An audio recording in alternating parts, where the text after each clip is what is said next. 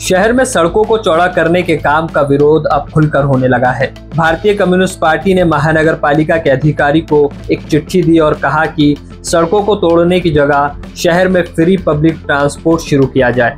उनका कहना है कि इस बुलडोजर कार्रवाई से लोगों के घर, मंदिर, मस्जिद और दुकानें टूट रही है, जबकि अगर फ्री गाड़ियां चलेगी तो ट्रैफिक और प्रदूषण अपने आप ही कम हो जाएगा।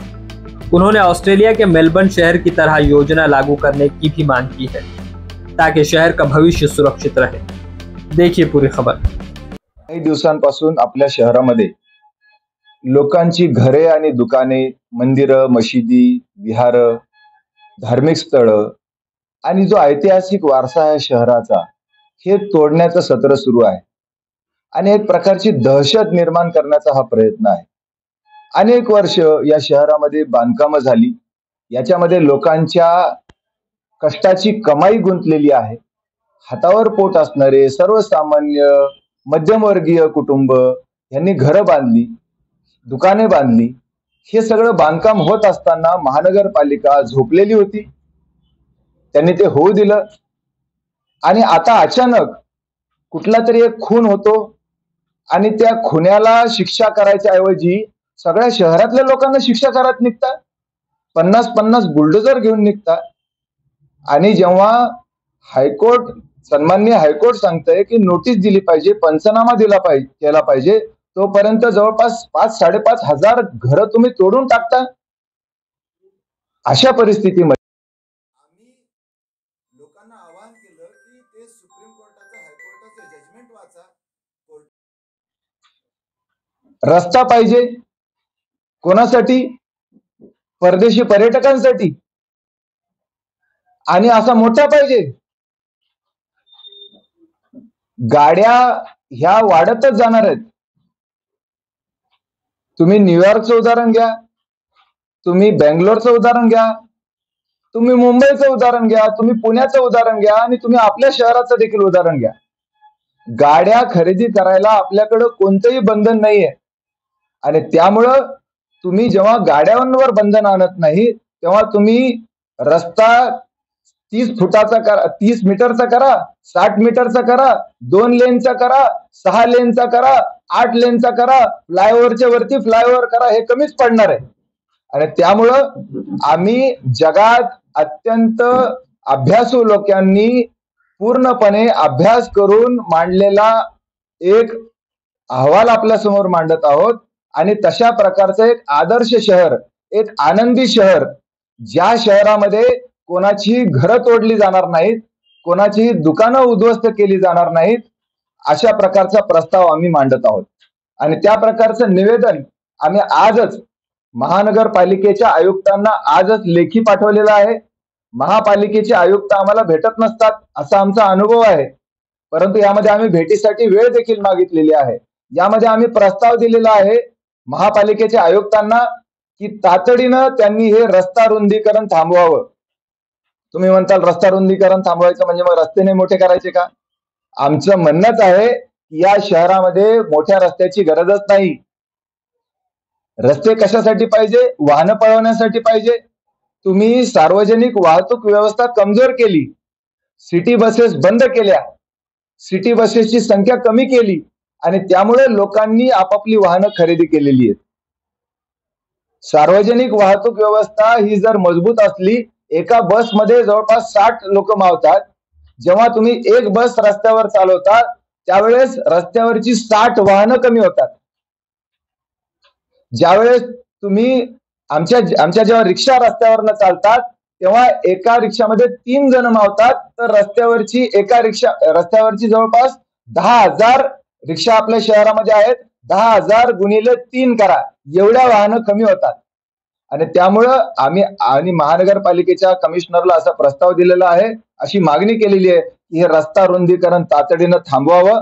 ही पाडापाडी मंदिरं असतील, मशिदी असतील, विहार असतील, आमची स्मशानामध्ये आहेत, त्यानंतर ऐतिहासिक वारसा स्थळं आहेत, ही तोडण्याचं तातडीनं थांबवावं। त्याची अजिबात गरज नाहीये। त्याच्याऐवजी सार्वजनिक वाहतूक व्यवस्था ही मजबूत करावी।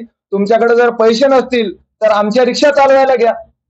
शहरामध्ये आमची रिक्षा युनियन आहे, अनेक रिक्षा युनियन, त्यांच्याशी चर्चा करा, रिक्षावाल्यांशी चर्चा करा, त्यांच्याशी करार करा आणि त्यांच्या रिक्षा चालवायला घ्या, त्यांना रोजची बचत द्या. डिझेल पेट्रोल, जे पेट्रोल सीएनजी काय टाकायचं ते टाका. असं करून त्यांचा देखील पैसा वाचेल. आणि तुम्ही लक्षात घ्या, ऑस्ट्रेलियामधलं एक मेलबर्न नावाचं शहर आहे, त्या शहरामध्ये सार्वजनिक वाहतूक व्यवस्था पूर्णपणे मोफत आहे. रस्त्यावर एक माणूस सापडत नाही, रस्त्यावर एक गाडी सापडत नाही. हे कशासाठी चालायचंय? आणि हे दुष्टचक्र आहे. आज आम्ही आयुक्तांना हेच सांगितलं या निवेदनाद्वारे की हे दुष्टचक्र आहे. म्हणजे रस्ता मोठा करायचा वाहनांसाठी, परत वाहनं वाढणार आहेत, परत रस्ता मोठा करणार, परत घरं तोडणार, परत वाहनं वाढणार, परत रस्ता मोठा करणार. हे दुष्टचक्र हे कधी थांबणार नाही. न्यूयॉर्कमध्ये 8 लेनचा रस्ता आहे, तिथं ट्रॅफिक जाम होते. आणि आज कुठेतरी पेपरला बातमी आली, सिग्नल लावलं म्हणजे ट्रॅफिक जाम होणार नाही. असं कसं होईल?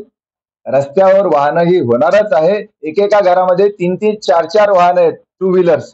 आणि हे सरकारच्या नाकर्तेपणामुळे झालेलं आहे. आणि म्हणून आम्ही त्यांना हेही सांगितलेलं आहे, ही मागणी केलेली की औरंगाबाद शहर हे 52 दरवाजांचं शहर आहे. या औरंगाबाद शहरामध्ये अनेक जुन्या मशिदी आहेत, अनेक जुने मंदिरं आहेत, या ठिकाणी पानचक्की आहे, बिबिका मकबरा आहे, आमचे बुरुज आहेत. आणि हे औरंगाबादची जी जुनी बाजारपेठ आहे ही देखील वारसा बाजारपेठ आहे, म्हणजे ऐतिहासिक बाजारपेठ आहे ही. म्हणून हेरिटेज सिटी म्हणून जाहीर केली पाहिजे. ही नव्या शहरामध्ये तुम्ही नवीन बेकायदेशीर बांधकाम होऊ देऊ नका.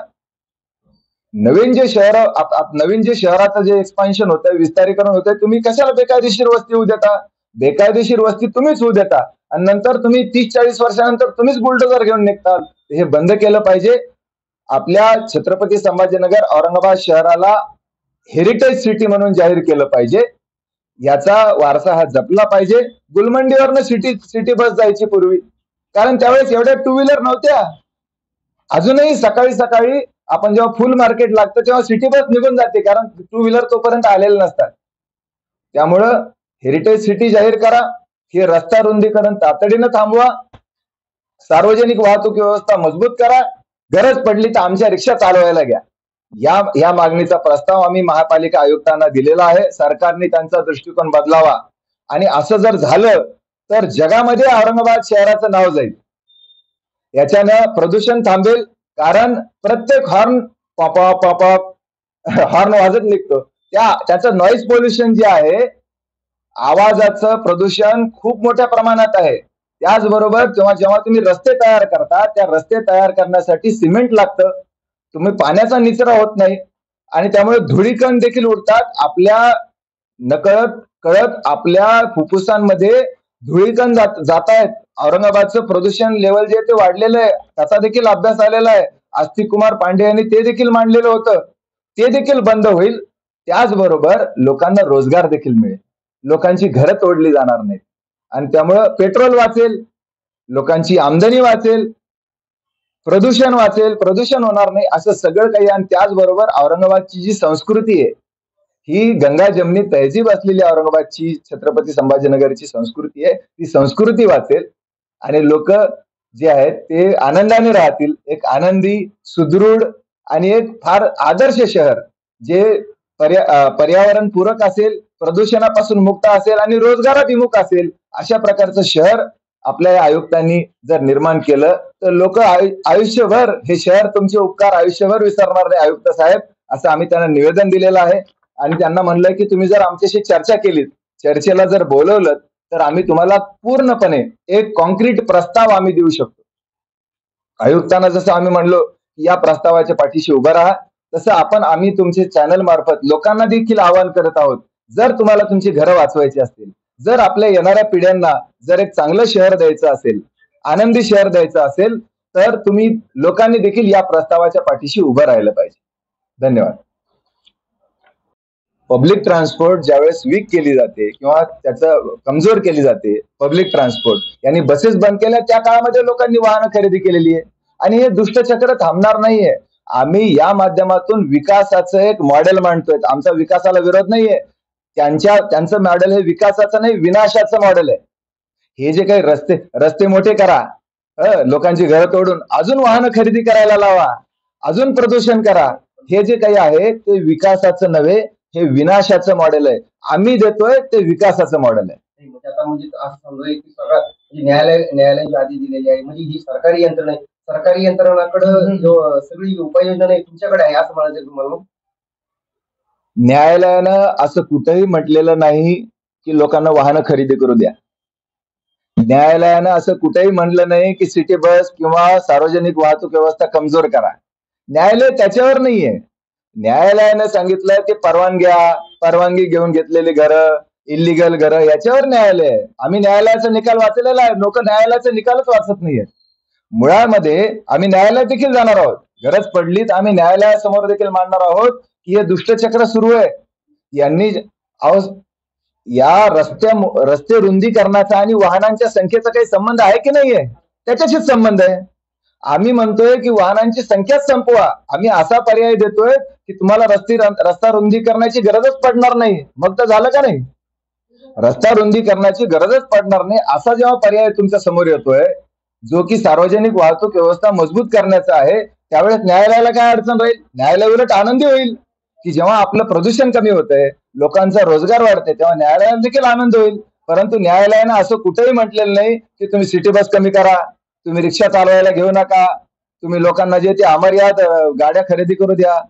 आता सध्याची लोकसंख्या जी आहे आणि अजून येणाऱ्या 30 वर्षात किंवा 50 वर्षामध्ये तर असं अतिक्रमण जर काढलं नाही, येणाऱ्या 50 वर्षामध्ये चित्र काय असेल त्यावेळेच्या संख्येपर्यंत विचार केला जाईल? मुळात अतिक्रमणाची व्याख्या तुम्ही काय करता?